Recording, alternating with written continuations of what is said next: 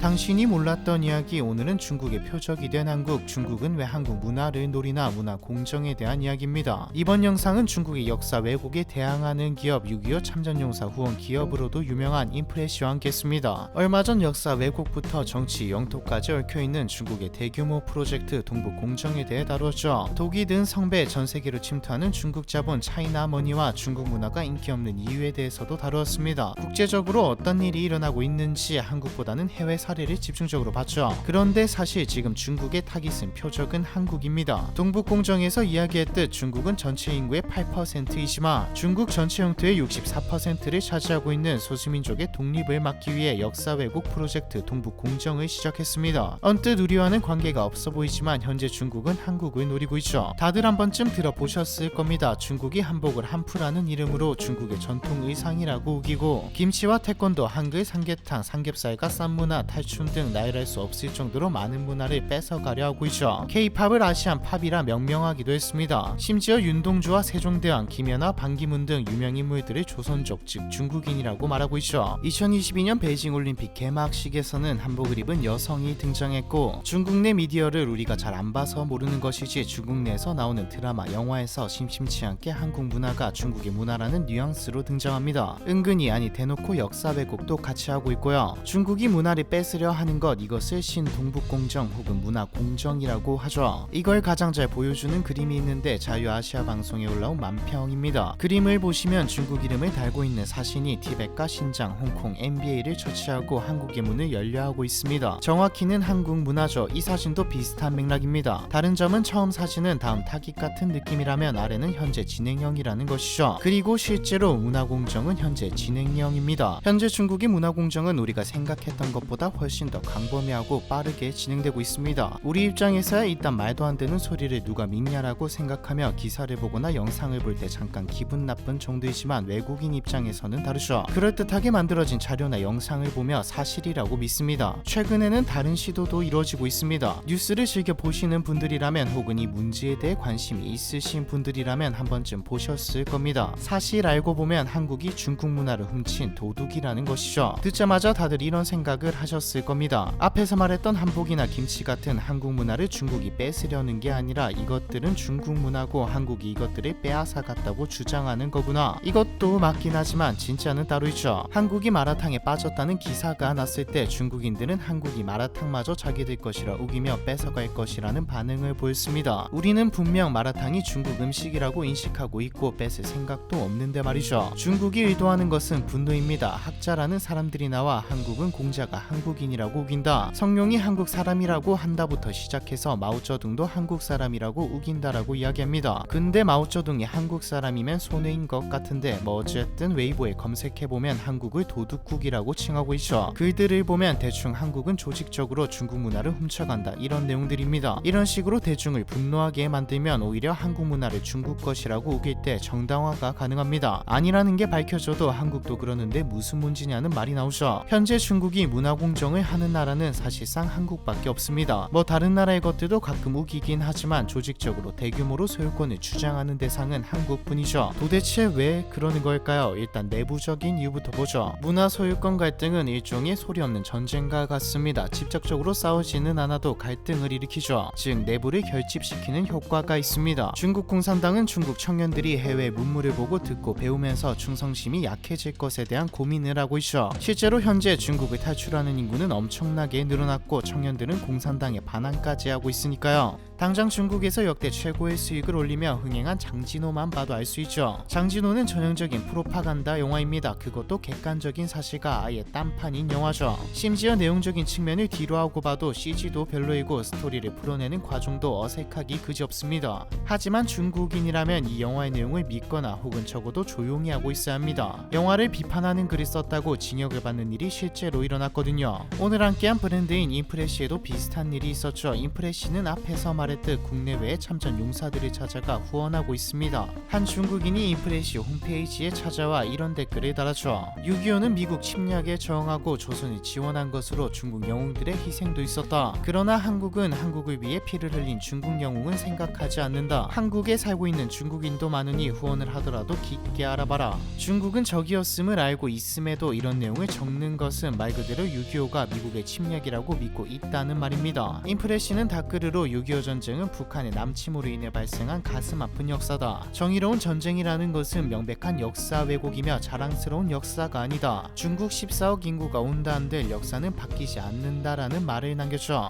여기다 특유의 중화 사상도 더해집니다. 중국이 역사 왜곡을 하는 건 하루 이틀이 아니기에 많은 중국인들은 교육 과정에서 아시아의 모든 문화가 중국에서 기원되었다고 믿고 있죠. 그런데 차이나 머니를 쏟아붓고 무슨 짓을 해도 중국 문화는 세계에서 먹히지 않지만 한류가 세계화되자 인정할 수 없는 겁니다. 개인으로 봤을 때는 질투심이고 크게 봤을 때는 한국 문화들, 영화, 드라마들을 통해 자신들이 가르쳤던 세뇌했던 부분들까지 전부 의심당할 수도 있는 상황이죠. 한국의 문화는 중국의 문화를 뺏긴 것이라는 프레임을 씌우며 본질을 흐려 스토리가 전혀 사실이 아닌 듯 이야기하는 겁니다. 중국에서도 금지되어 있지만 볼 건 다 보고 있거든요. 오징어 게임이 나왔을 때도 중국의 드라마와 영화들을 뺏긴 것이고 등장하는 게임들도 마찬가지이다라는 이야기가 나온 적 있는데 넷플릭스는 중국에서 서비스되지 않습니다. 불법적인 루트로 봤다는 이야기죠. 동시에 동북공정을 하는 이유와도 같습니다. 소수민족의 독립, 즉 조선족의 반발을 막기 위해서이죠. 중국이 그렇게 외치는 하나의 중국을 위해서입니다. 실제로 중국 내 조선족은 문화 말살에 가장 반항적인 민족이기도 하고요. 한쪽에서는 조선족을 들먹이며 한국 문화가 중국 문화라 우기고 한쪽에서는 하나의 중국을 위해 문화를 말살하고 있는 아이러니한 상황이죠.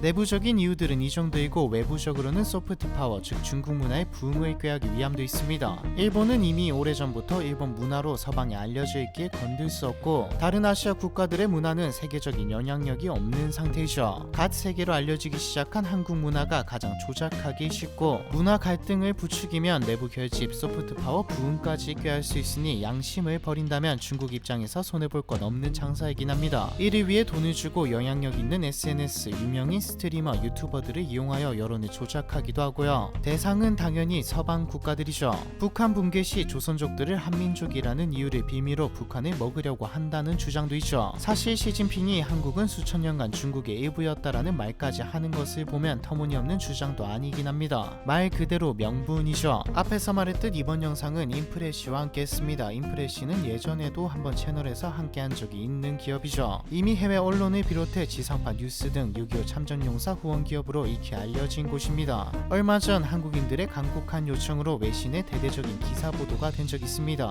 한국전쟁 참전 용사들의 헌신으로 지금의 발전된 한국에서 살아갈 수 있었습니다. 90세 고령의 나이가 되어 아픈 곳이 많은 참전 용사 분들께 한국의 의료기술로 치료 및 수술 그리고 항공, 숙박 모든 걸 지원해드리고 싶습니다. 이 기사를 보고 꼭 연락주세요. 해당 기사가 보도된 이후에는 연락이 닿지 않는 참전 용사들에게도 지원 소식을 알리고자 16개 참전국 각국의 매체에 해당 내용을 광고해달라는 요청 덕분이었죠. 이 광고를 요청한 게 인프레시였습니다. 머나먼 아프리카 에티오피아에선 이 기업을 이렇게 소개합니다. 미라클 코리안. 인프레시는 에티오피아의 참전 용사들을 위해 안질환 수술을 지원하고 있습니다. 에티오피아에선 70년이 지나도 잊지 않고 찾아온 한국인들이라며 열광했고요. 이외에도 생활고를 겪는 국내 참전 용사에게 생활비 선불 카드 지원을, 다리를 잃은 필리핀 참전 용사에게 전동 휠체어 지원을, 콜롬비아 참전 용사에게 생활비 후원금 지원을, 국가를 대신해 한국을 비롯한 16개 참전국의 존경의 표시로 황금 카네이션을 전하는 등의 행동을 이어오고 있죠. 최근에는 Things to Remember이라 적힌 티셔츠를 전달하기도 했고요. 티셔츠는 참전용사 분들의 숭고한 희생과 헌신을 영원히 잊지 말자는 강력한 메시지를 담아 디자인되었으며 태극기와 6.25 등 역사의 상징들이 생생하게 담겨 있습니다. 인프레시의 모든 후원은 인프레시의 이름이 아닌 인프레시의 상품을 구매한 사람들의 이름으로 전달됩니다.